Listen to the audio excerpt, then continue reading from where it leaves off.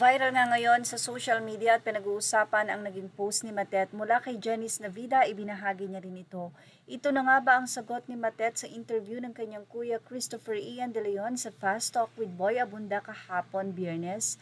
Sa kanyang FB account, nagpost si Matet ng dabmash ng kantang Banal na Aso, Santong Kabayo na umani ng samot-saring reaksyon mula sa mga netizen. Sa nasabing comment section, narito ang naging say ng ilang mga netizen doon. Anila, I pity them, Nora is no longer around to patch things up for her kids. Masaya ka na ngayon. Kaloka, Matet, mag-isip-isip ka sa ipa ng isa.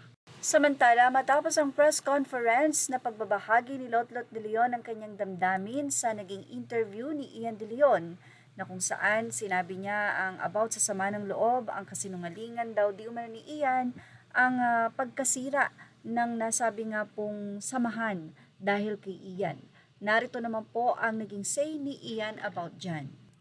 At narito nga ang naging paliwanag at revelasyon ni Ian De Leon. Aniya, after mom died, nagmamadali kayong magtayo ng foundation kasi baka maunahan ng iba. You think SEC will approve random people to put up a foundation using mom's name? The time I said I'm not ready to commit dahil gusto kong ayusin muna nila yung legal papers niyan. Sa patuloy na kwento ni Ian ay tila may mas malalim pang dahilan. Aniya, I know the plans and my suggestion to them is that fix the legalities first before launching it. Days and days after launching, I was monitoring their SEC registration but it's still not yet up. The staff of a significant figure even informed us that they donated and may nalapitan na silang isang malalaking tao. Also, the office informed us but they hesitated to donate, which made me post a statement to protect my family in case of any legal problems.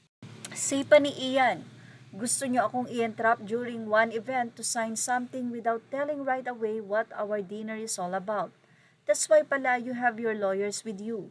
Thankfully, this person asked for dinner that I can't decline.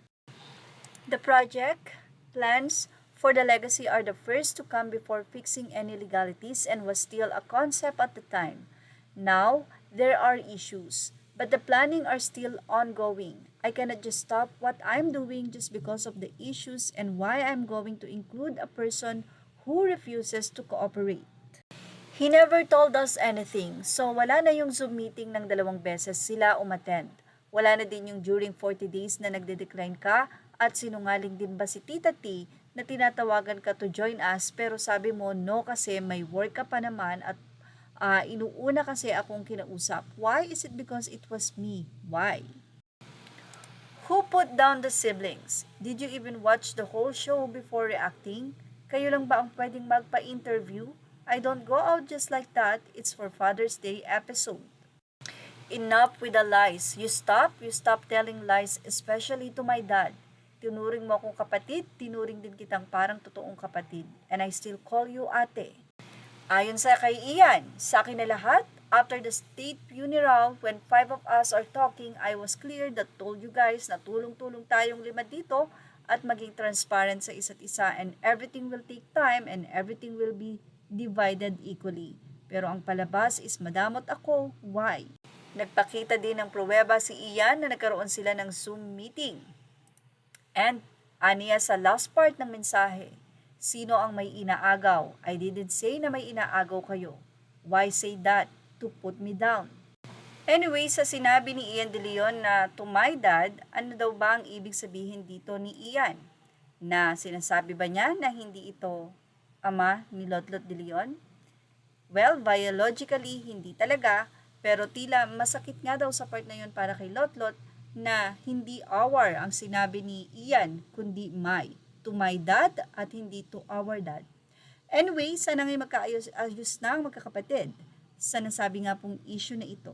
Images are all credit to the rightful owners. Thank you for watching. Show this now.